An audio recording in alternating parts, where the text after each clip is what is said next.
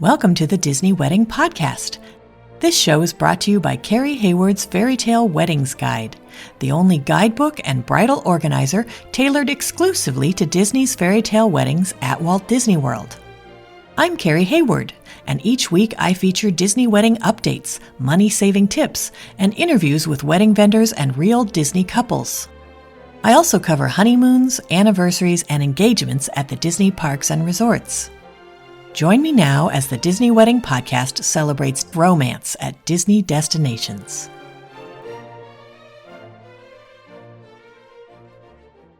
Today on the Disney Wedding Podcast, I am speaking with Disney bride Dana Manthey about her after-hours wedding at the Magic Kingdom with a reception the following night at the Napa Room at California Grill at the Contemporary Resort. I thought you guys would be interested to hear how she chose these locations and how she planned everything and how it all turned out. So welcome, Dana. Hey, how are you? I'm great. Thanks so much for being on the show today. Of course, my pleasure. I would love to start at the very beginning and find out how you and your fiancé decided that you wanted to have your wedding at Disney. The planning started probably, I would say, over 15 months ago. We began thinking about where we wanted to have our wedding, and we decided that we really love Disney. So we discussed it. And thanks to, my mother and father-in-law, we were able to make it happen.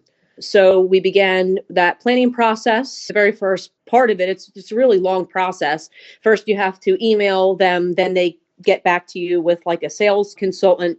Then they'll get in touch with you. And then from there, they'll kind of give you like an idea on what you can expect with the Disney weddings. And everything is basically subject to availability. So you kind of have to, I guess, use your imagination on the things you want, but you don't know up front if everything is always guaranteed. So then how did your friends and family react when they found out where the wedding was going to be? They were really excited. Unfortunately, it was a smaller venue that we did. So we did like a smaller event with like just immediate family and a few friends that lived in Florida. So we are still having something back here in April, actually, for family and friends. They were happy, but some I think were a little sad because, it wasn't going to be everybody, invited to go, because I just feel like it would have just been too chaotic trying to coordinate with 100 and some people. And not just that, but I think the price would have just been absolutely ridiculous for that many people to try to fly down there in the rooms. And I felt like if people couldn't afford it, they might be sad. And so I figured, let me just keep it small and then come home and have, a Disney themed wedding here that people can get to, and it wouldn't be difficult, basically. That's a great idea. Are you doing a full wedding at home or more of just a reception or? Basically, just like we call it the happily ever after celebration is what we named it. So people can come. We'll still all dress in our attire. Like I'll have my dress on and he'll have the tux, and we'll have our bridesmaids and groomsmen there. And basically put on like a little, hey, how you doing show for family and friends that they can kind of feel like they didn't miss the wedding, if that makes sense. So they feel like still part of it. That's wonderful. So now, how many guests did you invite to the Disney wedding and how many were able to be there? Total, we ended up only inviting about 28. And I would say probably about 25 or 26, including us, were there. So that was basically it. I see. Did you set up a room block for your guests? We did. That was one of the things that we did for the party that we had, is we had covered everybody's rooms at the Contemporary. So when people came down, that 3-night stay was already paid for them. So they didn't have to worry about that. I think it was at least 7 rooms for 4 days, 3 nights. Oh, that's wonderful. Now, how did you choose the day of the week and time of day for your event? I take it probably had a lot to do with the availability at Magic Kingdom. Yeah, basically, when we had spoke to a sales consultant who was Joe, he was the one who gave us possibilities. And since we were over 15 months in advance when I had spoke to him, Disney doesn't start applying your date until 1 year from the event. So the minute that time slot opened up, he put the request in for Valentine's Day for us. So we were lucky to get it. And it was basically just waiting on them to say, hey, when do you want to do it? You give them dates and they say, okay, well, this is out of those dates, this is what you're going to get, basically. Do you want it, or do you want a different date if you didn't like the date that they were able to give it to you on? Got it. So then how did you decide to do a Magic Kingdom ceremony after hours versus maybe doing East Plaza Garden or the train station before the park opened? One is I definitely wasn't about getting up that early and doing hair and makeup for in the morning. I'm more of a night owl. And I guess two would be my favorite place is Magic Kingdom. So if I was going to do anything in Disney, I was going to go all in basically. And then how did you choose California Grill's Napa room for the reception the next day? It was a good recommendation. I went based off of Joe, had the consultant giving me, ideas on how things would look and having one of the what they call best seat in the house. And so I trusted basically their judgment on that call. Oh, that's great. And since you were inside Magic Kingdom and you were at California Grill, you probably weren't able to use too many outside vendors. Did you use any outside vendors, maybe for personal floral or anything? The person that we used for our officiant was Catherine Amundi. She was our officiant, and we did Switzer Film, which is our, I guess, cinematic and videographer. So those two were people I had chose on my own. Oh, that's great. Okay. And how did you choose Cat Amundi for your officiant of the ones who were approved by Disney? Well, I belong to the Disbride group, which is where I found a lot of recommendations that, including, Stacey Otto and others. I was on there looking around and like all her pictures, she seemed really happy to do it, and she was really into it. So if I'm going to go to Disney, I really wanted to have somebody that would kind of fit that type of excitement as far as somebody that's just not there collecting a paycheck, but somebody that's really happy and really gets into character, I guess you could say. So I feel like she was a really good choice because she puts a lot of effort into everything she does, from her packets to her really adorable little ceremonies that she puts together with how she will tie in Disney if you want, or whatever it is that you're into. Some people are into, Harry Potter, and if she's allowed to dress up, she'll dress up. I just think she just takes it from a very dry, plain into something that you could put your own twist on and have a little bit of Disney spin to it. That's great. So now you guys had a ton of characters between your two events. Can you tell my listeners about which characters you picked for each event and how that worked? Like, did they have to have backdrops or how you were allowed to have them? Oh, yeah, definitely. Boy, the character saga, this is an interesting story. So it's not as easy as one may think. The characters are subject to availability and they are extremely difficult to try to get. And it's not necessarily about the money. I still to this day don't understand what a lot of the dilemma was with requesting special characters, not the famous five, with Mickey and Minnie. Like those are no problem. You can get them. But some of the characters that we had in, between the ceremony night and the reception was for the ceremony night, we had Mickey, Donald, Goofy, and the Chippendales all in their 50th. They came to visit and take pictures with us and the guests at Magic Kingdom that evening. Then at the reception, I was able to have the three hyenas from The Lion King. They did indeed have to have a backdrop. They were extremely difficult to get, and you had to go through many different types of channels of emailing and trying to say like, hey, these are special things I really want. And basically it wasn't easy, and you had to get special permission to even get them.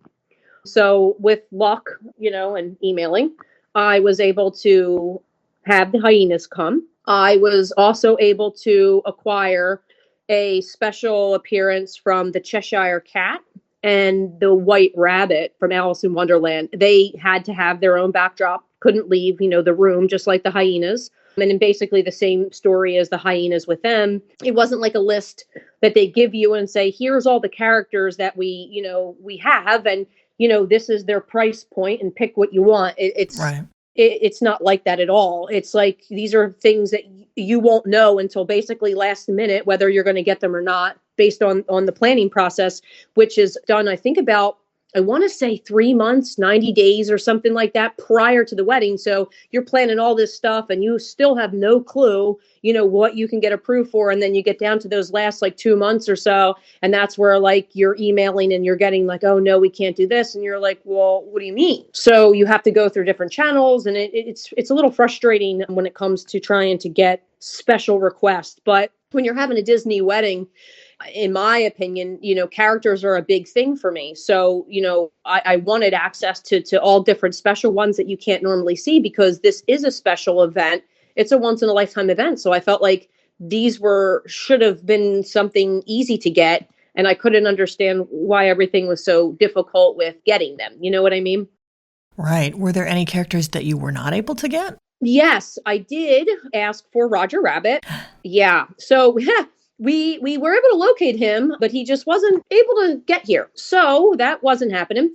And I also had asked for Figment. So I don't really know what his situation is, but I know Figment is coming back. So whether he's in like a rebuild or something, I mean, I don't really know. But those were originally the two that didn't make it, but the hyenas, the Cheshire Cat, I mean, I had quite a few that I had requested and I kept getting turned down for them. It was like a little bit of a fight to try to get these characters to even come, and they came with a price. But in the end, I mean, they came and, Disney was able to work magic. It just wasn't like a menu, basically, like, Right. to where you could say, all right, hey, we're Disney. This is all the things we offer. And for each of these things, this is the price. It's not really. Yeah, for the 16 years I've been following Disney weddings, people have been requesting lists like that, and they do not exist. No, I wish they would just say, hey, if you want a snow machine, it's $10,000. Or if you want, a rare character, that we own, it's this amount. If we don't own it and has to come, it's this much plus shipping and this much to train, an actor for it or whatever it is. But it's not very clear. It's just kind of like with the weddings that I see, I feel like I just keep seeing the same things over and over again. But like, I like thinking outside the box and I like having more freedom to design things the way I like them and setting them up different. And I just wish they had a little bit more availability for people to see how spectacular the weddings can be and customizable to, that couple. Definitely. So I would love to know the story behind choosing the hyenas for your event.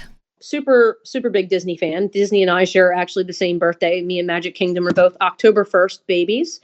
So I'm super into Disney. So I picked the hyenas because Lion King is definitely one of my favorite movies. And I have, as much as I love the princesses and your sidekicks and all that, I love my villains. And Scar is one of my favorite villains along with Maleficent. So I thought, how cool would it be to get the hyenas? Because I've never, in all my years of visiting Disney, been able to get a picture with them or see them. It's only if you catch them on like a Boo to You parade or something like that, and you can't meet and greet them.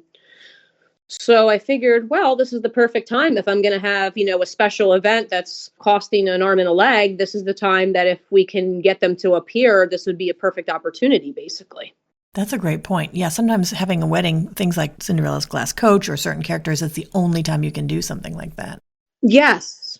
Okay, so that's cool. So then how did you choose to have the Cheshire Cat and was it the White Rabbit?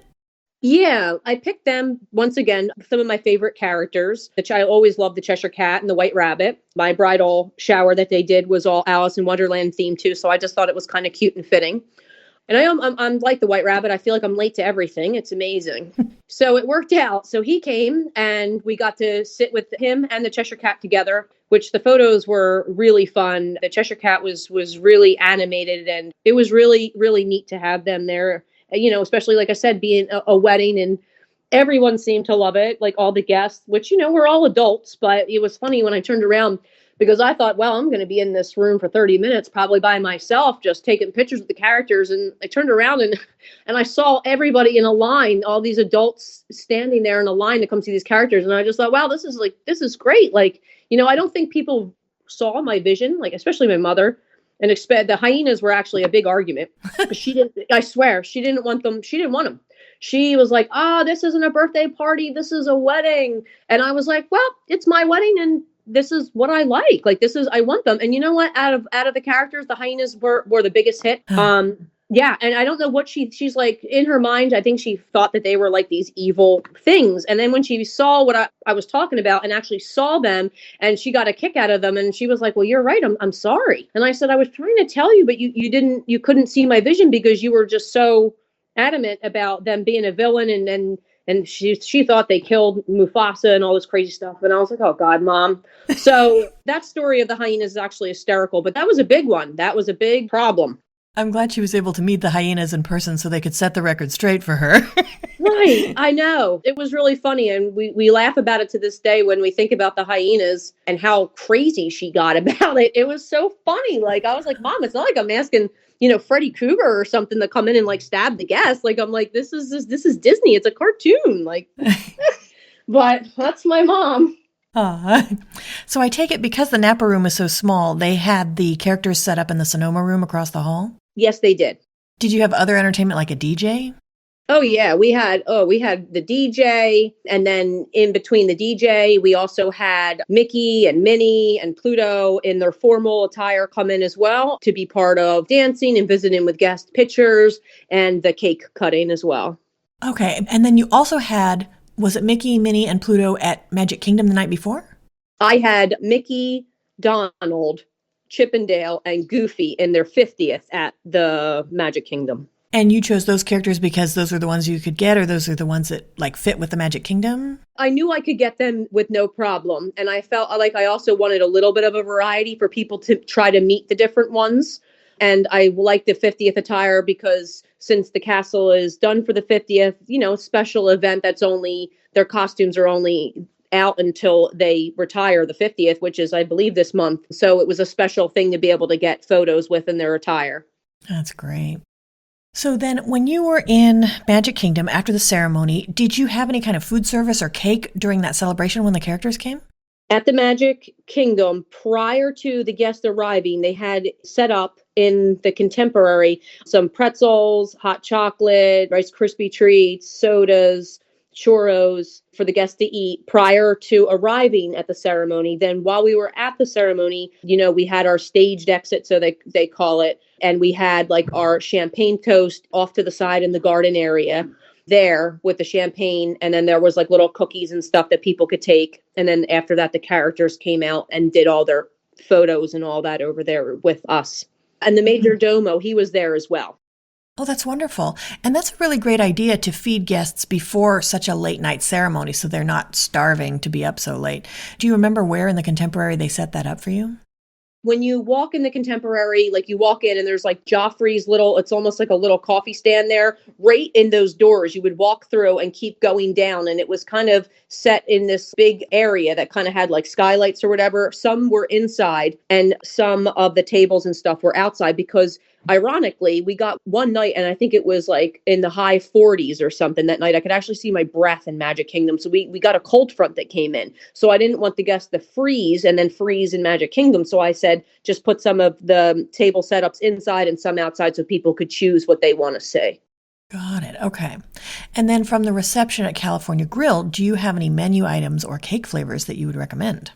Oh, yeah, I do. Once again, I alter everything. I didn't really leave everything the way Disney wanted it. Because I have certain things that I like. I was able to get like certain menu things changed out or swapped. I was able to get something called like braised beef wontons. Oh my God. They were absolutely incredible. And I also was able to get a appetizer that was really good. It was like some type of little pizza that they made with like cheese and stuff on it. That was just outstanding. Those two are really, really good, especially those little beef wontons. Those were so good.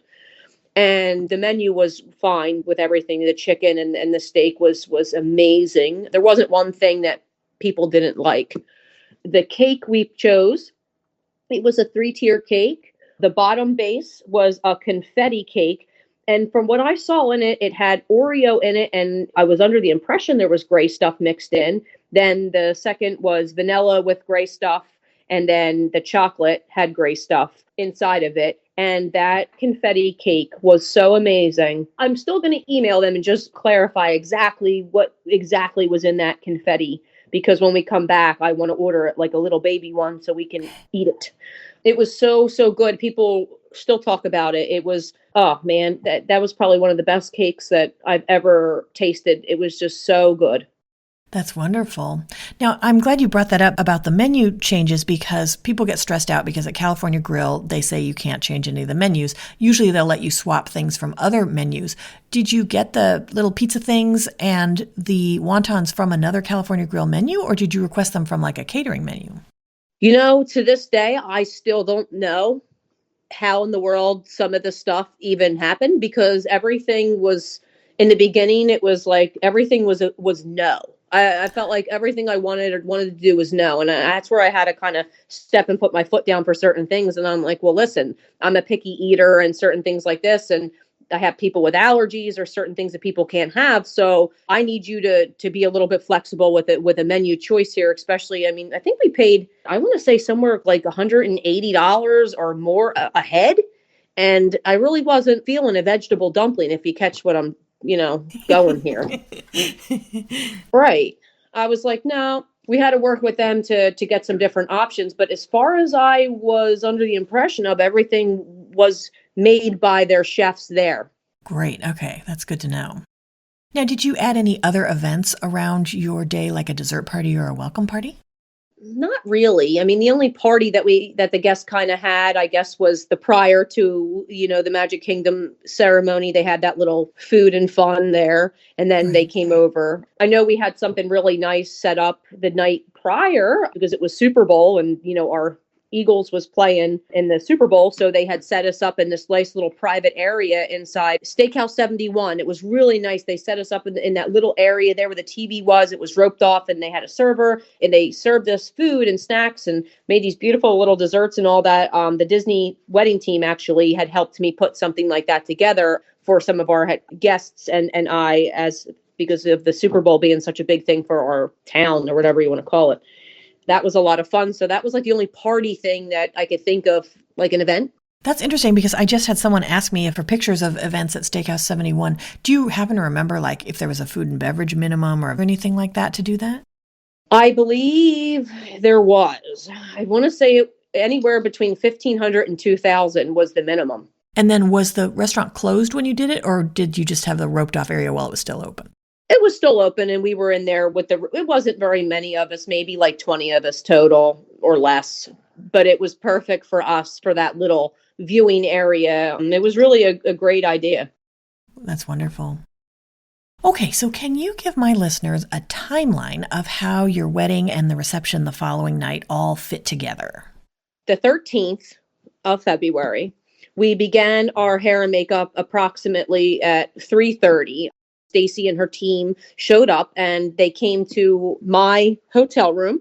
So I had the bridesmaids in there, me and the moms and my husband's grandmother. They all came into the room, and they began working on hair and makeup there in the room. They had like lights set up and chairs and all their little kits and stuff, so everybody could be in there getting hair and makeup done.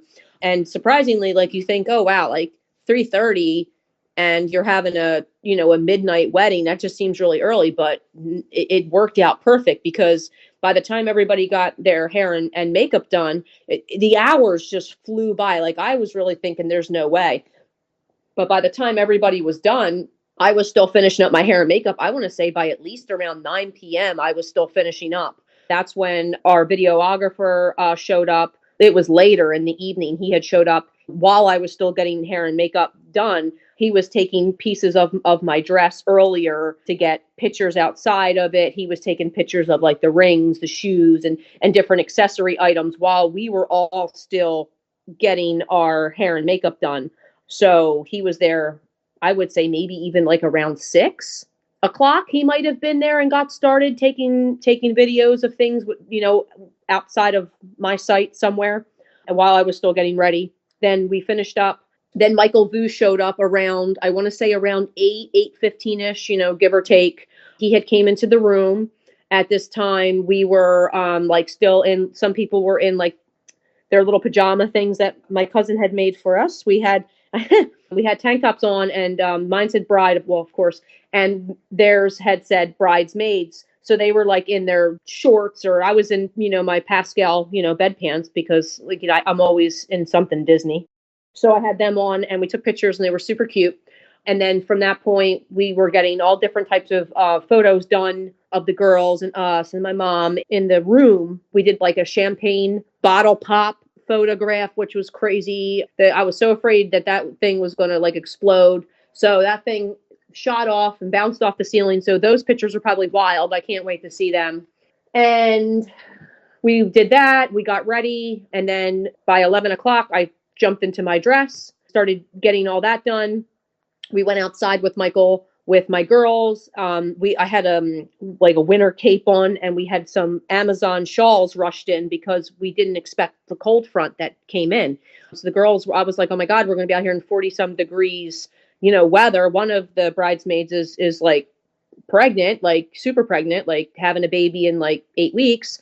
So we're like, okay. So we ordered Amazon shawls, and they turned out to be absolutely beautiful. So we had the shawls, and I had my cape. So we went outside and we took all different types of photos out there in the contemporary prior to us going over to Magic Kingdom. And we left about, I want to say a little after 12. I was put into an SUV, which was interesting getting in with the dress. We drove over to the back lot of Magic Kingdom, and the bridesmaids went, I guess, on a bus or something because I didn't see them. And they were already over there waiting for me on Main Street when I had arrived for us to do our thing. The ceremony started a little after 12:30 that night, but so technically it's the 14th after 12. So we did choose for the Cinderella coach. So the park was closed, so it was silent and everything was lit up. And we were in Main Street waiting, by like where guest relations is.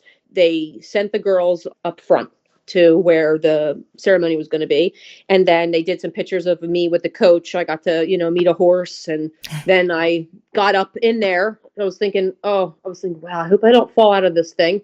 That was interesting because it was a tiny little step, and like you can't really see what you're doing. And so all I was thinking about was, please let me not fall out of this thing. So off I went, basically. I got in, I didn't fall, so that was great. I got in there. I had my cape, basically.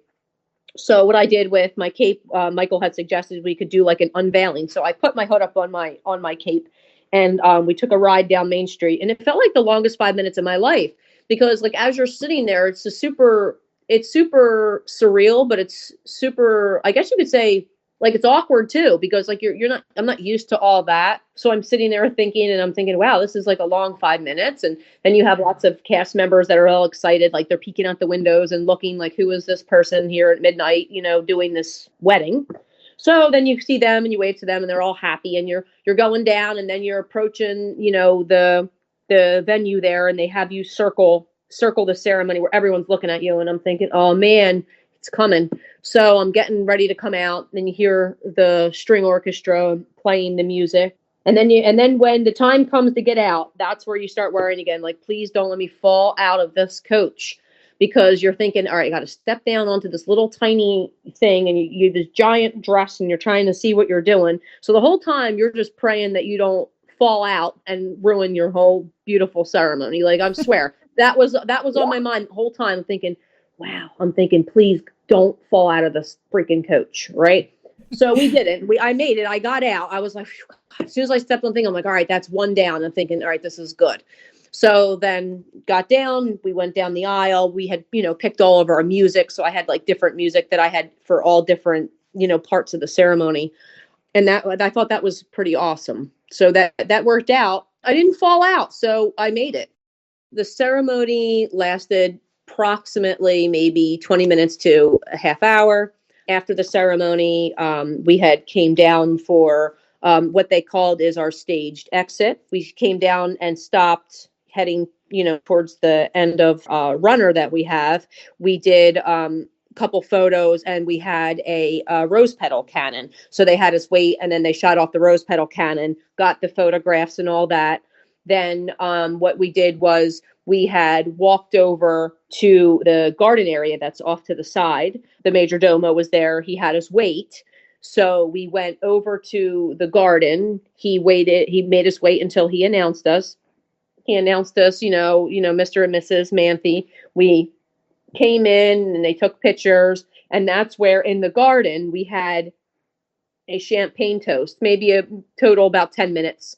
They gave my father-in-law, which was in our wedding party, he gave a speech and a toast there. We had our champagne toast and drank that. Then right after that, we had the whole gang of characters come. Everyone got really excited. I turned around. They all came into the garden area.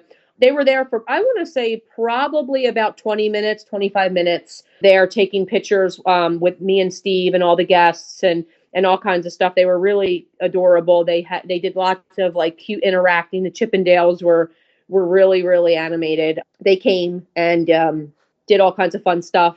And then after about that 25 minutes, I want to say, they left. And once they exited, that's when Steve and I did our we did our coach ride. Basically, we got back into the coach and they circled us around, and we got to get off of the coach. Then we hustled over to the teacups, and that was probably about 10 or 15 minutes we were over there, because I had asked to do a teacup photo shoot. I really thought we were going to be like in the ride. That's what I thought, but we ended up just being out in front of the attraction getting photos. So either way, it still turned out nice. I thought I was going to be like some of the other people that were like standing by the teacup. Mine was not. It was, by the ride, but not inside the gates of the ride. It was just in front of the area there by the 50th Cheshire Cat statue and stuff. So we were there and that was basically the end of the night. By then, that was about 2:00, 2:15. We were finishing up those, and then by around 2:30, we had to be out of the park. So then we finished that up and went up to the front, and then they had an SUV and stuff to take us and take us back to the Contemporary. Got it. And then what time did everything start for your reception the following night? From start to finish, hair and makeup began again for those who chose to get hair and makeup done at 11 a.m. We began hair and makeup again. I actually changed my hair for the reception, different from the ceremony, which was a lot of fun. Stacy really did a beautiful job. We had done a big Rapunzel type of braid with some of the fresh flowers in it for that, which was really awesome. That took her a couple hours just to do that and the makeup, which just turned out absolutely stunning that night. And then we had some other people that wanted hair and makeup come. So by the time, believe it or not, from 11 till around 5:15, 5:30, we were just finishing up that hair and makeup again, and we couldn't believe that the time flew by like that. We're like, how? Like, you really think like, oh wow, that seems really early, but it flies like that. 6 hours, 8 hours, it feels like a minute, especially when you're working with Stacy and stuff, because we all got along and we had a lot of fun and laughed, so it didn't feel long at all. So by around 5:30, we were allowed to go upstairs to the California Grill, because we were allowed to have a first look at the beautiful room that they had all set up. So me and Steve we were rushing to get up there. I was like, quick, put on your clothes. We got to go. So he put on his stuff, and we got upstairs. We went up to the elevator, and they took us in to see the ballroom a few minutes before the guests started arriving. And we got to see everything. It was beautiful. We had selected to have like the pipe and drape cover the walls, because like their artwork and stuff wasn't really making sense with, that whole like blue Cinderella type and silver theming that we did. So we had the pipe and drape, and we had the really pretty blue lighting that they had on the walls. And it was amazing. They did a really good job with how they set it up. It was gorgeous. So we got to see that. And then around 6 p.m., all the guests started coming upstairs and were coming into the room to, find their seat and things like that. They had us in the Sonoma room for a few minutes, which was nice. Michael Vu presented us with a couple photographs from our photo shoot the night, a few hours ago, basically, it seemed like, which was really nice. And they had like a little wine ready for us. But the thing was, the sunset started. So I was looking through my photos. I barely even got to see them and see the sunset. And they're like, quick, we got to go outside now. We have to go. So we quick ran outside onto the balcony that they had out there to do like sunset photo shoots, of all types of really, which I can't wait to say, beautiful things that I haven't seen yet. But they were really amazing. So it was a lot of moving fast to things, because you only had that few minutes of that sunset in the right area. So after that sunset, we came back in, and then that's when we started with our evening. We had our DJ announce our guests, and begin basically from there with the whole timeline of events. So you come in, you sit down, after, a little bit of hors d'oeuvres came out, they had Mickey, Pluto, and Minnie come in and do some photos, and they were also taking part, partaking in the cake. So I would say that maybe they were there for about 25 minutes. Then we sat down after that. Then we had, the music was playing. Then they were serving the food. And then throughout that eating, there was the fireworks show that came on around, like, I think it was 8 or 8:30. So then after that, they had us outside. We went to a separate section from like the guests that go out there to listen to the fireworks show. And they did all of our videoing and photography out there, as the fireworks were in the background. So that we were down there for like a good 25 minutes. It felt like the longest 25 minutes of, posing and dancing and kissing. And I'm like, whew, God, just 25 minutes of this. So, so we did all that. And then you're like, okay. So then we went back upstairs after like 25 minutes. And then that's when the 30-minute character sets started. So it started first with the Cheshire Cat and the White Rabbit. They came out, and then after their 30-minute set, I would say it was about a half hour that they had, and then the hyenas came out for that 30-minute set, and they kind of ended the night. By the time that happened, the hyenas were from about, I think, 10 to 10:30, and then that last half an hour was everybody kind of like finishing up in there and, getting the last of everything, and it ended at 11 p.m. Wow, okay. So out of all of this, what ended up being your favorite memory of your wedding? It's really hard to say because everything really turned out so amazing, but the characters, I have to say, they're really important. They were one of the biggest. I felt like they really made the Disney magic come alive, but, not just for me, but I feel like for the guests as well. So I have to say the characters, and not just, your traditional Mickey, Minnie, but the rares, those special, like the hyenas and Cheshire and all that. That's a special thing. So I feel like that was the most special. Definitely. So then it sounds like they were one of your top priorities. What were some other aspects of the event that were where you focused your attention and your budget? The characters were the Holy Grail. That was from basically day one. I made that very well known. Like, I'll be lenient with certain things, and Ben, when it comes to my characters, I'm very adamant about that. To me, that's part of Disney. I could have had a wedding anywhere. I could have went anywhere and spent tons of money and had whatever I wanted. But those theatrics and those special things that only you can get in Disney, I feel like that's what makes a true Disney wedding magical. And I feel like that should really be what they market and push. And it's not really that easy. Because I think that's what makes a Disney wedding is those characters, theatrics. Anybody can paint something. Anybody can, put a Mickey on a cake and all that stuff. You can do it here, but those things you can't do here. So that was one of my biggest emphasis. And another thing was that I put a lot of, heart and soul and fight, I should say, into, which was everything for this wedding. And making sure that the guests had options, making sure that they had that little snack before the wedding, and making sure that I was able to alter that menu a little bit, because I felt like everything was very cookie cutter, I guess you could say. It didn't necessarily fit into my imagination of how I like things to go. And when I think of a Disney wedding, how I want it to kind of appear, if that makes sense. Yeah, definitely. Well, then, were there any aspects that were less important where you saved your money or just your effort?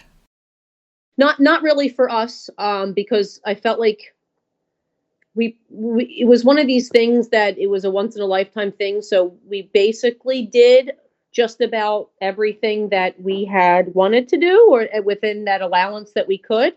I felt like we were lucky enough to kind of have an open, I don't want to say an open budget, but kind of, to where it was like, well, this is what you want to do. And we kind of just picked everything within reason. Like we got, extra flowers and lanterns. We got the beautiful, runner. I had a custom runner that I drew up, and I sent it to the art team that I wanted it set up a certain way, with Pascal floating in on the lantern with the ring and the princess tower and all this, and everything turned out great. So I don't really think, I can't think of anything that I could think of, not for us personally, with the budget. I structured it basically to everything that we really wanted to touch on. Got it. Okay. Did anything go wrong or just not turn out like you expected? If I wouldn't have been so adamant with a lot of the things to make them the way that they were, I think that a lot of things would have been disappointing. But because of all the extra steps and all the the extra efforts that I put into pushing for the things that were really important to me and having them done, I feel like everything really turned out great, and I think everything was wonderful. The fireworks, the rose petals, the everything ended up really turning out really good. That's so great to hear. Is there anything you would have done differently knowing what you know now?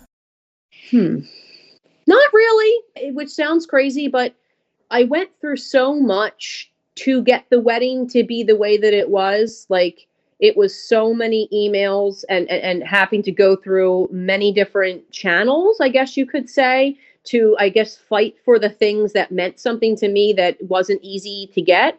That a lot of people, I feel, will get discouraged and they might just give in, where I didn't.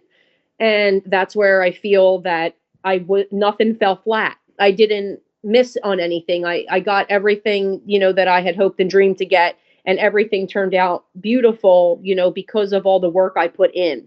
Basically, it's not like it wasn't like a set it and forget it wedding. I mean, by the time I got to the wedding, I was so emotionally numb from everything going on and constantly emailing and constantly, having this, this not being available and going through all the channels. All right, well, why isn't it available? And having to go through so many hoops and hurdles to get things, like, because it happens within that 60 to 90 days before the wedding, you're burnt by this time. And I see a lot of people have the same problems, but like, basically the only thing I can say is just hang in there and just continue to reach and reach and reach and ask for help and reach out and find those people who are going to help you basically build the wedding that you want. Because if not, yeah, there would have been, I would have been probably upset about a lot. There was a lot of things that at first were no, and then eventually we were able to do. It would have probably been pretty disappointing had we have not done, and I had not done what I had to do to keep on it to make it happen, if that makes sense. Yeah, definitely. That's great advice. Well, Dana, I think you've offered a lot of great tips and advice for anyone who's interested in getting married at Walt Disney World, and I appreciate your taking the time. Yes, for sure. Definitely. I hope it helps. I hope people can learn something from it, or not feel discouraged, or understand that basically what they're going through and the normal things, it is, it happens to everybody, and basically just, stick with what you want to do and stick to that dream. That's our show for today.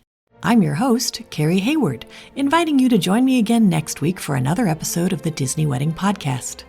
Past shows and tons of photos for each episode are available on my website, DisneyWeddingPodcast.com, or listen in your favorite podcast app. And for instant answers to all your Walt Disney World wedding questions, check out Carrie Hayward's Fairy Tale Weddings Guide, available as an interactive ebook with continual free updates at fairytaleweddingsguide.com.